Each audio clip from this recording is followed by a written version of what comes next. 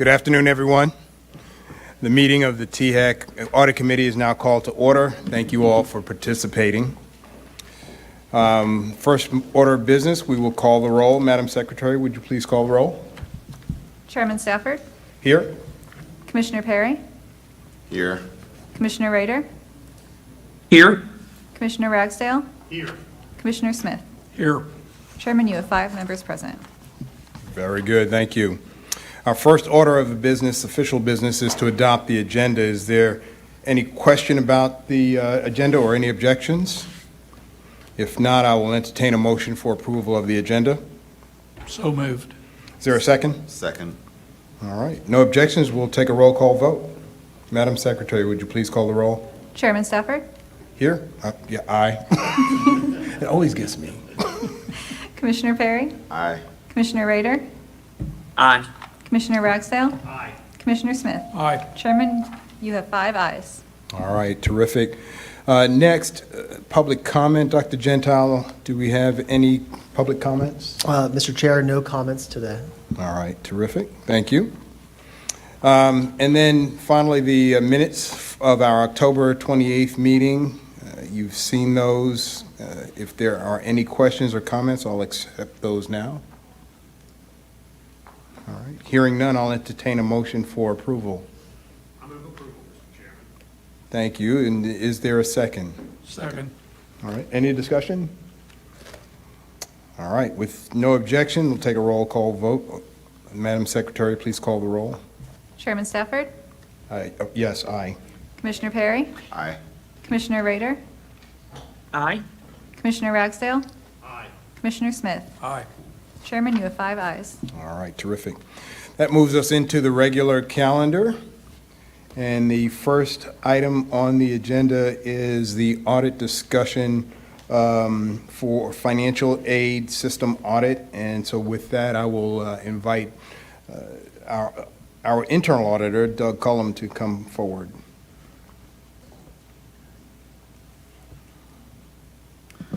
Good afternoon. We have saved the best till last, and that's okay. So, Dinner. we're going to talk about a lot of interesting things. A lot of these things are the key to THEC operations as a whole. We're going to speak about the FAST system, policies and procedures, the risk environment, and what we look at to decide whether items should be audited or not. But first, I want to start with the actual FAST system, and a little bit of background on the FAST system would be helpful so you can understand the size of it and the enormity of it. We pay out over $500 million in lottery-funded aid and over $100 million in state-funded aid across the state. And I'm going to call on James Snyder for just a second to talk about the history of the program and have him talk about it for about 2 minutes. James. Thank you, Doug. Good afternoon. James Snyder, Senior Director of Lottery Scholarship Programs. So just a brief background of the FAST system. The Financial Aid System of Tennessee, otherwise known as FAST, that is our administrative system through which we administer all of our state programs, as Doug mentioned, all lottery-funded programs, state-funded programs, Tennessee Student Assistance Award. So on our team, we have 9 administrative staff, from like Tim Phelps, our Senior Director of Programs, myself, another Senior Director of State-Funded Programs, and then an administrative team under us. And then our support staff, we have 12 current staff members. We've had as many as 15 on our support team that are supporting more of the back-end administrative functions of the system. And so just a brief kind of history of the system. So the system was created in 2003, 2004 with the creation of the lottery as, again, the administrative system through which we would move money, kind of like if you think of it as like a ledger system to move money from point A to point B. point A being state coffers, point B being institutional coffers to place on student accounts. And then it is morphed as the programs have grown, as our responsibilities have increased. It has grown and over the course of the past 22, 23 years. And then so we contracted Nelnet, I believe is the name of the company, back in 2003-04 to create the system. And then in 2016-17, we had gotten to a place where we had essentially outgrown the functional abilities of Nelnet. And so we made the decision as an agency to purchase from Nelnet the software in 16-17. So we transitioned the system over. And at that time, that's when we brought support in-house. And that's when the support team was created. So again, roughly 12-ish team members under the leadership of previously Jason Cavender, currently Amanda Clefane. So that's kind of that's the gist of kind of the history of the program. So questions for me? Any questions? I do have one question. When you think about the system, the age of it, what do you see as your biggest challenges today in operating the system? So it's similar to, it's maintenance, because it is an older system. So we have, the bones of the system are still the bones of a 20-year-old system. And so it's general maintenance, it's general upkeep, it's keeping up with advanced technologies. Just 3 years ago, we had to transition off of Internet Explorer as our primary browser over to Google Chrome, just as an example. And that was a years-long process just in effort because of the age of the system. And so just general upkeep is the biggest challenge we face every day.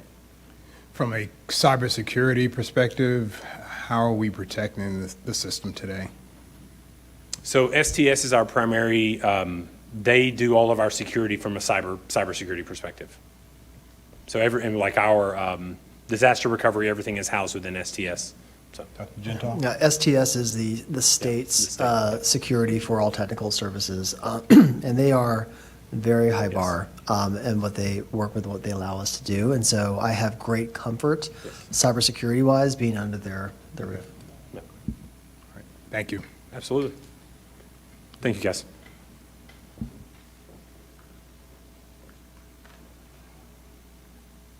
Okay. Thanks, James. Well, the question is, what did I look at with the system? Well, I looked at the operations and the controls, the payment reconciliation practices, specifically to Edison. Edison is the payment system, so I looked at, do we reconcile the payments to the Edison system? That's a big deal, obviously. Training processes. We provide the training for the actual system. Our team provides training as well as the manual. The manual is air quotes, it's a monster. The manual, the training manual is over 180 pages.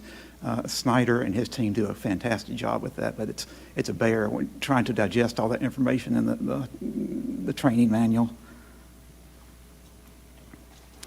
The training processes and the actual compliance oversight. I'll go ahead and jump to the actual recommendations, and we'll hit on a few of these things. Excuse me, I got ahead of myself. This was created by the request of Commissioner Stafford. They used this in his previous audit environment. This is a snapshot of the overall rating of the specific audit. The FAST system is inherently high risk. When you're paying out $500-600 million, it's going to be a high risk environment. Residual risk, self-explanatory. It's high risk also. And risk direction, it's an old system. I believe the risk is it continues to need more maintenance all the time. ISS just have an increasing risk.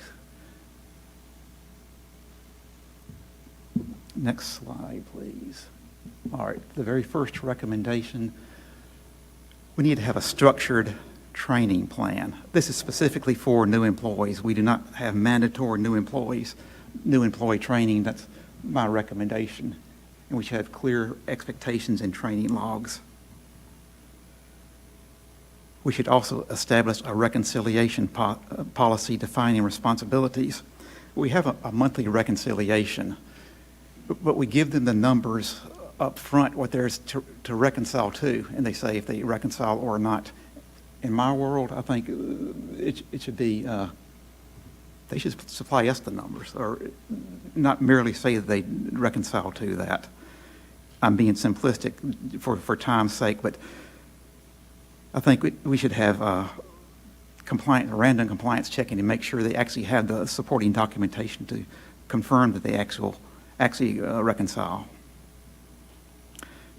Compliance should focus on high-risk institutions. This is under Kirsten Ogletree. They do a good job. We have a compliance team that goes out across the state, and they do compliance in every institution across the state. It's on a 3-year cycle. Each 3 years, they hit each institution and make sure that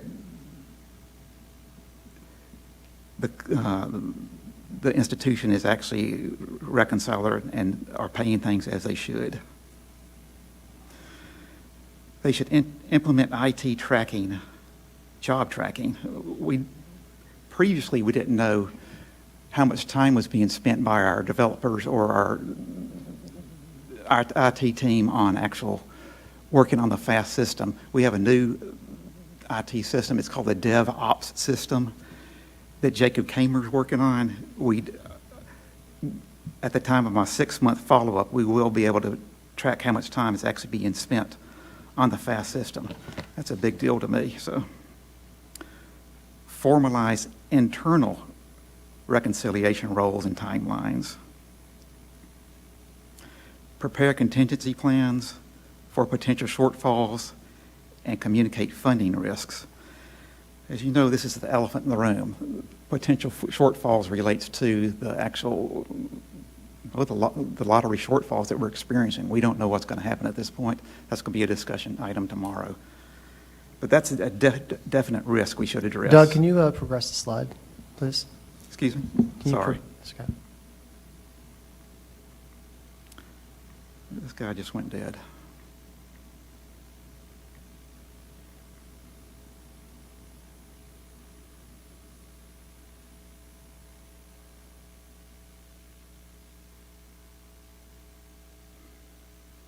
Excuse me.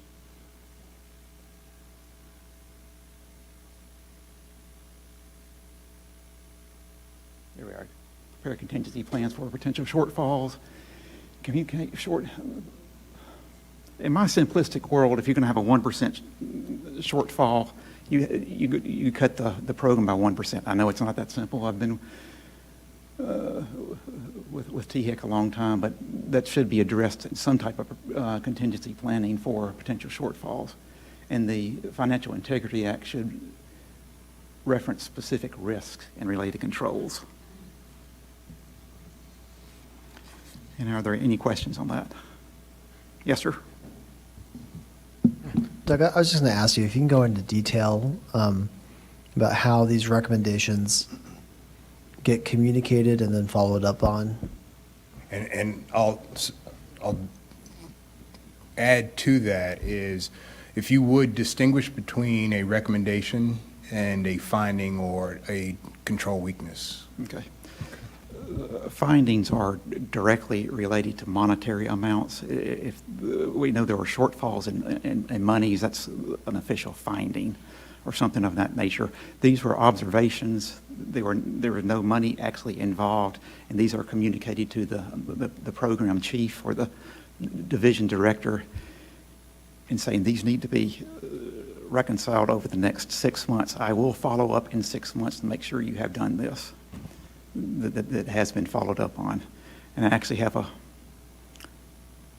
I'll call him my pit bull. I'm talking to Scott right now. He will follow up for me. He's my pit bull. He's a pit bull, You get a guys. phone call from Scott. People usually fall in line, so I appreciate that, Scott. I haven't had to call him on board yet, but if people have not been getting in line. Yes, sir? Could we go back to the first slide that you pulled up? Yes, sir. With the, Weaknesses, I mean the risk. yes, Risk there. I'm a little concerned that all of the subcategories are in the most critical kind of place, and yet the overall rating is satisfactory. Like, how is that? I actually had my head, I was scratching my head earlier today saying, with the resources they have, they are doing a tremendous job, but the risk is increasing because, number one, we have a shortfall coming in the lottery itself. And also, it's an older program. We have competent developers and people doing the keying on there, so I'm comfortable saying it's satisfactory at this time. And I'll add to that. So when you look at the risk, you identify the risk separate of the process or the control environment. The control environment is what helps mitigate the risk. And if you've got an effective control environment, you've got the processes and procedures in place, that can compensate for a high-risk environment. So So the risk is increasing. it is increasing, and that means that they've got to be ever vigilant, but it doesn't mean that just because it's increasing that the overall rating is unsatisfactory. Okay. Okay? And forgive me for. Yep. So then, what would be an unsatisfactory? Like what? If there's What would have to happen for there to be an unsatisfactory? control breakdowns. So if Okay. controls are not operating correctly, if personnel are not paying attention to the procedures, they're not following procedures, even though the procedures are there, or there are no procedures. Okay. Thank you. Vern? You've mentioned several times that in your analysis, you're concerned about the shortfall in the lottery. But this is a delivery system, isn't it? All this, the FAST system is a system to distribute money. Yes, sir. It has nothing to do with the amount of money other than that adds to just the volume, but all of the procedures are the same, whether it's $100 million or $500 million, right? So what's the relevance of a shortfall in revenue? The system still will meet all of the standards that we would expect of it under an audit, wouldn't it? Yes, sir. I enjoy speaking to you, Commissioner. That's a good question. I think Thank you. I delve it. I've delved it as you're walking a tightrope, but the funding may be, of the FAST system there may be a shortfall in the actual operations, and we have not addressed that properly. That's how I identified that in this particular situation. Okay, so you were talking about shortfall not in the money, but in terms of the execution of the That is program correct. itself. Yes, sir. That is correct. I'll just add to that, just paint another picture of what keeps me up at night with this. The shortfall can be very substantial where it lands.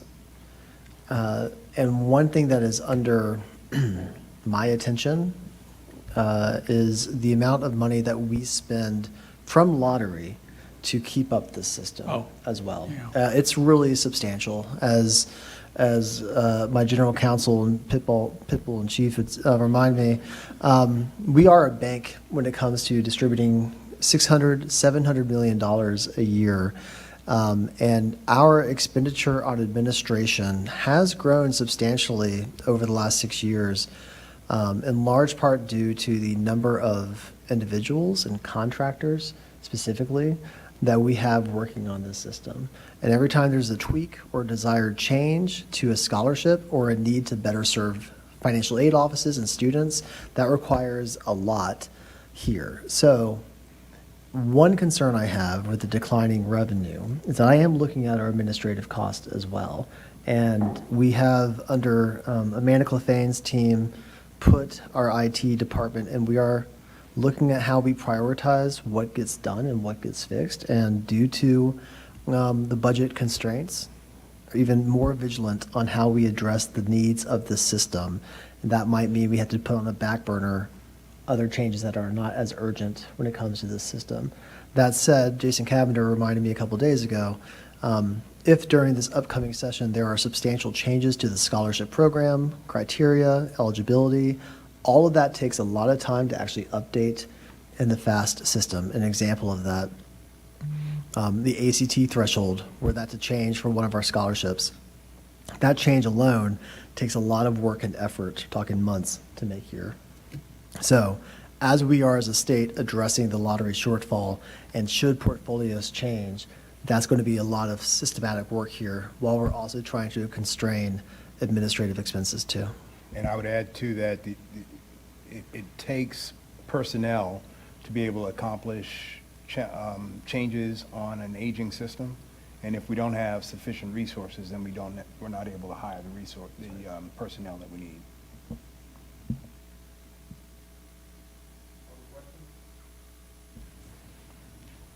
Okay. Continue, Doug. Okay.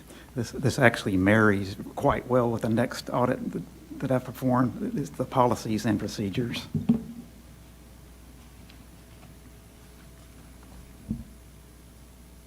Okay. I looked at the internal policies and procedures of the agency. Not having specific guidelines for your program operations is an inherent risk. It's a high risk. The residual risk is moderate, and the risk direction, what I observe, is stable at this time. Recommendations of the policies and procedures. F&A, fiscal, DPSA, and Veteran Affairs should create written policies for key operations. I'll give accolades to both DPSA and Vet Affairs. They're doing they have updated their policies. They're good now. Pat them on the back. F&A, fiscal, they are working on theirs right now. And we'll have Jason speak about 30 seconds about where they are with updating their internal policies for fiscal services.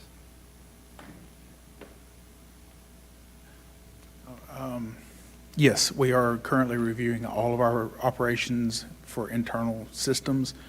Heather has basically already completed all of hers regarding desktop support and maintenance of the internal staff IT, not the IT, the FAST system, but our laptops, our monitors, that type of thing that we as staff use. Capital is under Brenda Smith's architect, under hers. Hers are mostly done. Internal fiscal policy with Russell and Julia. Theirs are taking a little bit longer because we just implemented the new system. As we are moving through the implementation of that, we're documenting what we're doing. So we're creating that policy as we're moving through it because it is a brand new system. That leaves the actual internal accounting, which is obviously the biggest area that we have. Finance administration provides the vast majority of the manuals and guidance for us, and we have those.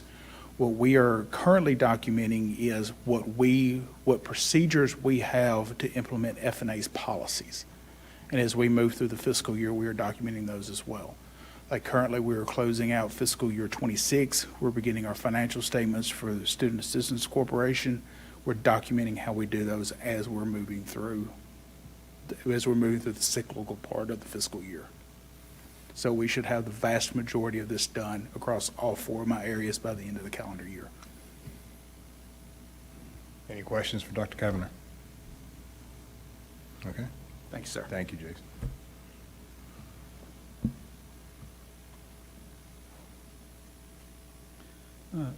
The next two are basically married together, the formal policy update process and the standardized compliance checklist.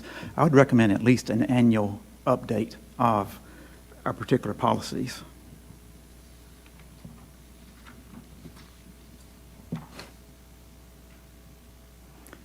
And a crosswalk to some type of checklist for our programs. As you know, THEC is constantly changing. We've recently added direct admissions, the nuclear grants, the rural health care. There's something always going on with THEC, and we need some type of standardized policy and compliance implementation.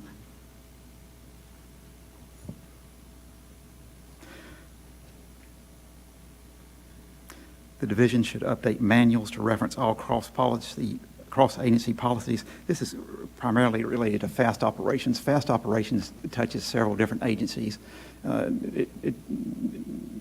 With the IT section, with the CAMER and the PPR, and it also touches with James Snyder and his team. Those are touching different agencies. We need some way to marry the two together and have the policies updated on at least an annual basis. And the last one is management should update the Financial Integrity Act to link each policy risk to its control. Some type of mapping mechanism. I originally thought that the internal policy should be located in one central location. I've talked to both legal and to fiscal and said having a centralized location may not be the best idea, but to have it in the individual agency, but to have a mapping mechanism that senior management could use to actually find the policy. And I'd welcome Commissioner Stafford's comments on that, or anyone else for that matter. The location of the actual policies and procedures. Thank you. The physical location has to be known to all the parties that need access, but I don't think that it necessarily has to be one specific location, especially with the availability of technology. It just needs to be accessible by the right people. Agreed.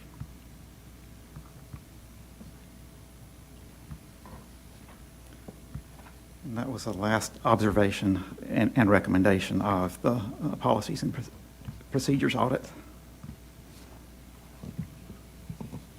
All right. All right, we're going to look at institutional finance data system, and this will be Mr. Stone. And hold on, Doug. Any other questions for Doug before you? All right. Thank you, Doug. Thanks. You're coming back. Don't go too far. All right. Next up, we've got Stone Watson. Please come forward and to talk about the institutional finance data system. Hi, can you all hear me? Yes. Perfect. Good afternoon, Chair Stafford and committee members. Like you said, my name is Stone Watson. I'm the Fiscal Policy Analyst for the Fiscal Policy Division in the Finance Administration Bureau. And in my role on the Fiscal Policy team, I lead the collection and analysis of the operating budgets that were presented in the Financial Committee earlier by Dr. Cavender, and I support the outcomes-based funding formula. Today, I'll be presenting about the Institutional Finance Data System, or IFDS, like the internal staff call it. To give brief context, the Fiscal Policy team collects data under two buckets, operating budgets and appropriations. Here on the first slide is a list of data that our team collects as it relates to both buckets and how this data is utilized by THEC staff. The bright blue in the top left represents data collected in the operating budgets. The medium blue in the bottom left represents data collected for appropriations, and the dark blue represents how the data is utilized by our team and external stakeholders. I would like to highlight here that our team does not collect any personal or identifiable information from the institutions. Additionally, before the data is sent to our team, it is reviewed and approved by each institution's Board of Trustees. As you may recall, an error was found by THEC staff in November 2024, which transposed a number to the incorrect community college. This slide, which was shared during a prior audit committee, illustrates how the error impacted the funding formula. While the error was caught before the distribution of state dollars, it shed a spotlight on our team's outdated data practices. The development and implementation of this database came to fruition from conversations THEC leadership had with you, Chair Stafford, about the best way to prevent errors in the work of the Fiscal Policy Division. So our team would first like to thank you for ensuring the development of this system remained a priority for our team and for modernizing processes that have been in place for well over 2 decades. The FY27 proposed operating budgets discussed in the Finance and Operations Committee earlier this afternoon were the first to be implemented using this new financial reporting process. As part of this transition, we have been able to better catalog the fiscal policy team's data holdings as well and determine that the proposed operating budgets collect over 4,000 data points from institutions, and we plan to calculate that number as well for our other collections with appropriations revised in actual budgets later this year.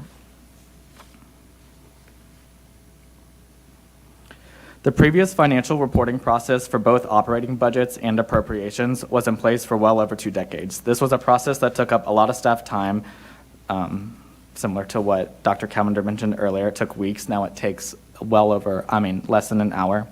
The data would have to be extracted from institutional submissions, linked to master templates, and then linked to our reports. As you can see, this exposed the data to many opportunities for human error and linking errors, as there could be a series of 3 to 4 linkages between different Excel spreadsheets. The new financial reporting process streamlines the process drastically. First, institutions submit one file for each data collection cycle instead of many templates.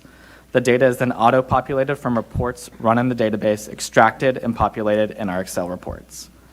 This process that once took about a week now takes less than an hour. This gives our team more time to data check, communicate with campuses about context around data points, and run more analyses to better support the commission. Another safeguard our team has implemented for operating budgets that we have historically done for the outcomes-based funding formula is sending the reports back to the campuses to check their data before the data is put in front of the commission. As our team runs analyses, one component is to compare the current collection values to prior years to look for anomalies and drastic changes in the data. Additionally, this new process is completely dependent on institutions submitting the data and resubmitting any updates that need to be made. THEC staff are no longer fixing data on behalf of institutions to prevent human error or miscommunication between THEC staff and campuses. On this point, our team would like to thank our institutional finance and information technology teams for being so adaptable and communicative during the implementation of this new mechanism, especially as they work to integrate these new processes into their own enterprise resource systems, their ERPs. This slide gives an overview of the timeline on the transition to this new financial reporting phase to the institutional finance data system. During the planning phase, we migrated 3 years of historical data to the database. The next phase was to create an operating budgets data dictionary that lives on our website under the fiscal policies tab, and I'll be happy to share that with you after this. This allowed for the standardization of metrics and communication with campuses about what is still applicable to collect. Additionally, during this stage, institutions were able to submit test files, which supported both the institutional submitters and THEC staff to really see how this would work and to fix any issues before the actual budget collection that occurred on July 1st. Finally, the implementation phase commenced with the collection of the FY27 proposed operating budgets. Our teams are now loading appropriation history files and discussing exactly what this will look like for future appropriations requests. Additionally, our team has begun standard operating procedures that Dr. Cavender and Doug mentioned to better document our processes as it relates to data collection and utilization. Finally, on this point, our team has streamlined communication with institutions by creating a centralized email account that our teams can access. The whole process has taken about 18 months. Our team looks forward to the opportunities that IFDS will offer, including the connection of fiscal data with our student level data that lives in TNSYS. Additionally, our team looks forward to implementing these systems for the outcomes-based funding formula, which should be completed across the next 18 months.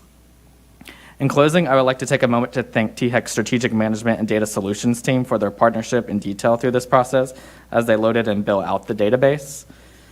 I'll now be happy to answer any questions about this new system that the fiscal policy team utilizes. Are there any questions for Mr. Watson? All right. Yep, sure. I'll be brief here. Stone, Mr. Watson, thank you for your first presentation to the committee. Well done. As someone who used to work in fiscal policy for, gosh, I guess 8-10 years before I became in this position, I know that we would navigate between hundreds of spreadsheets every appropriation cycle. And I'll also say that, while we were confident that there had not been mistakes in the past when this mistake did occur, I'd say in my 3 years of being in this role, that was the biggest oh no moment that we've had. And so I want to thank the staff for making these changes, but also want to thank Commissioner Stafford. The moment I called you to let you know about this, the first thing you said was, okay, great, how's this not going to happen again? And so we worked towards this moment, and this is also an example that I gave the appointing authorities when, after I learned that they've appointed you again to the commission for a new term, that you're always pushing us forward to be stronger. So thank you for that here, and thank you, Stone, and the team. Thank you. Thank you, Mr. Watson. All right, next on the agenda is the audit environment, risk categories, and universe. And so we invite Doug back to the podium.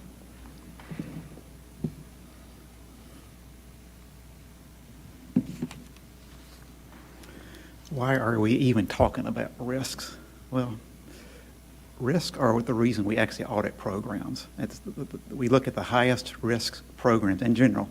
There are some exceptions. That is, if mandatory annual reviews are required, and we have a few, then we audit those programs. But in general, we audit the programs that had the highest risks. And what are those risks? We have 10 identified risks in the THEC audit environment. Operational risk, risk that an agency will not operate efficiently or effectively. Think of things being unnecessarily complex or doing things just to be doing them, or because we've always done it that way. That's not a good reason. That's a risk. I'm going to roll the next two together, income dependency and budgetary risk. Income dependency is what we're experiencing with the lottery right now. We're relying on income, but there's a big question mark out there in the future. Budgetary risk, when we had the new president come on board, one or two programs were shaking in their boots, if you will, was the Gear Up program. We didn't know if they were going to continue funding for the actual Gear Up program. Fortunately, that worked out, so we'll give it 2 thumbs up. But we were afraid of budgetary risk for probably 6 months until we knew that the Gear Up would be funded. All right, I like to use the analogy elephant in the room, reputational risk. Risk of negative publicity, public scrutiny, or loss of stakeholder trust. I'm glad Stephen's here for this one, Dr. Gentile.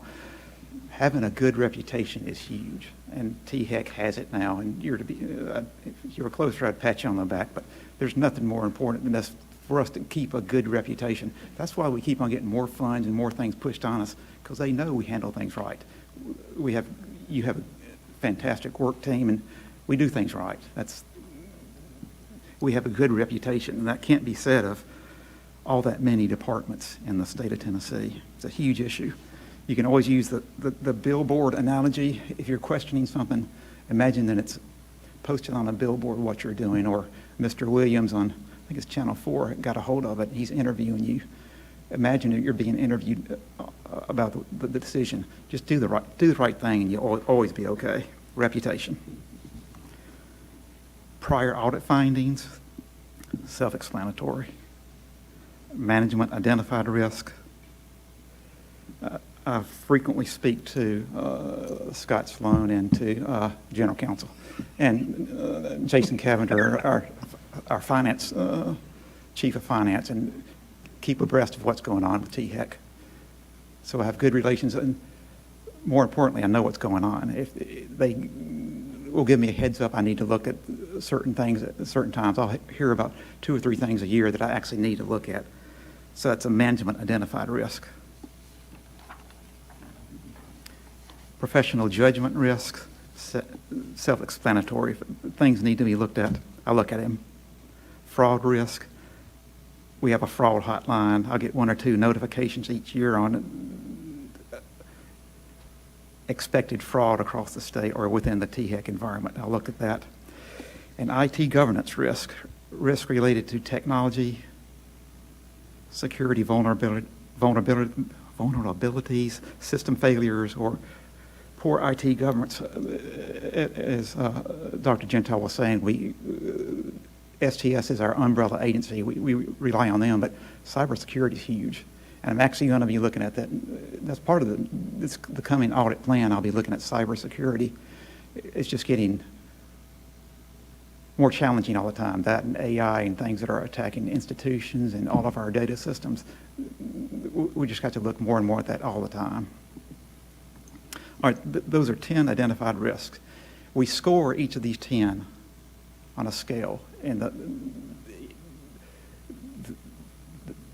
those that, if you turn the page in your manual to the ones that are in red, and I'm sorry, Commissioner Rader, I'll send this to you online. I don't have this with me, but those that are identified in red are the current audits. Those are the most risky. Yeah, it's in Programs across. In your manual, it's the colorful sheet. Yeah, It's in section 3. Section 3, the last page of Section 3, excuse me.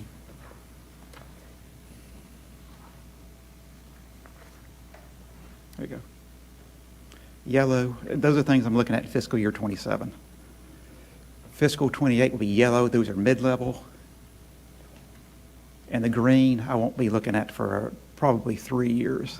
And if you'll see that it's notable, we have 88 identified different programs in THEC. That's a lot of programs to be looking at in any environment. So we just look at the red ones on an annual basis for the coming year, fiscal year 27.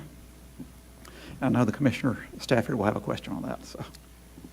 So not so much a question as a comment for the committee. I asked Doug to spend a little bit of time on this section because any well-run organization is going to have a risk universe identified, and they're also then going to stack rank that risk universe. And so I just want you all to kind of have an understanding as to how big our universe is in the THEC organization and how that risk universe is ranked from a risk perspective. When we think about the risk, you see a lot of red on the page. There's a lot of work that has to be done to audit those areas. And today, we've got a one-person staff. We have asked, as Dr. Bob knows and Stephen knows as well, we've asked for additional resources, not been able to get those just yet, but over time, we're going to really need additional resources to continue to properly audit the risk universe that we have here. For sure, the risk won't diminish necessarily, and to the point that was made earlier by Will is the fact that we do have a lot of high risk, and that generally means that you've got to be real good to keep the risks from causing problems. So when that doesn't happen, then there's a significant exposure in the control environment, and then problems result. So as Doug brings audits forward to this body, I want you all to kind of at least understand the perspective with which you're looking at the overall audit reports and the risks that they pose to the institution. Any questions or comments there? All right. Doug? Okay, and we'll move to the last section. If you'll turn the page to page 4, please. This is the audit plan for fiscal year 27. It's hard to believe it's actually fiscal year 27 already, July 1, 26 through June 30th, 27. These are the programs I'm looking at. The Reconnect Reentry, Advised TN, Capital Projects, HBCU Success, Veterans Affairs, College for TN, the Tennessee Promise, Chart of Accounts, Fiscal Operations, Overall Fiscal Operations, General Counsel, Complaint Monitoring Investigation. This is basically DPSA complaints. The Tennessee Driver's License Access. This is new to me. I didn't even know we had access to the driver's license system, but I'll be looking at that in fiscal year 27, making sure that it's operating appropriately and we're only accessing it for actual work duties. The Veterans Education Transition Support. We maintain a website for veterans to make sure they're receive credit for their duties before going on to school. And I'm actually starting that one right now. Next would be engagements based on risk assessments. Contracts, I'm working on that one right now. Third-party contracts. This one's near and dear to all of us. The organizational behavior, or basically the THEC culture. I'm looking forward to that. To see, I'll be looking at our HR system and speaking to David Hethcock about that, and basically looking at the retention, everything that has to do with THEC culture. That's going to have interesting, the outcome of that's going to be interesting. So, in-state travel, cybersecurity. And then you jump down to the final category, the Financial Integrity Act. That's performed primarily by Jason. I will make certain that it is actually accomplished. IT user controls, disaster recovery plans, cyber incident response plans, PII, which has been taken over by Jacob Kamer, and Gear Up monitoring, which is a federal requirement to be performed on an annual basis. A lot of moving parts. It's going to be a really, really busy year. And Doug, would you just explain what non-engagement area activities are?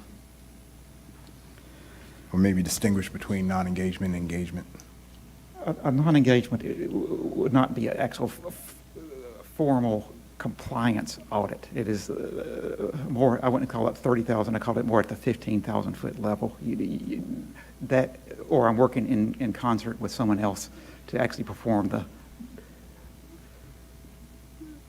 engagement, which will, with the disaster recovery plans, I'm working with IT, the user access controls, same thing, CIRP.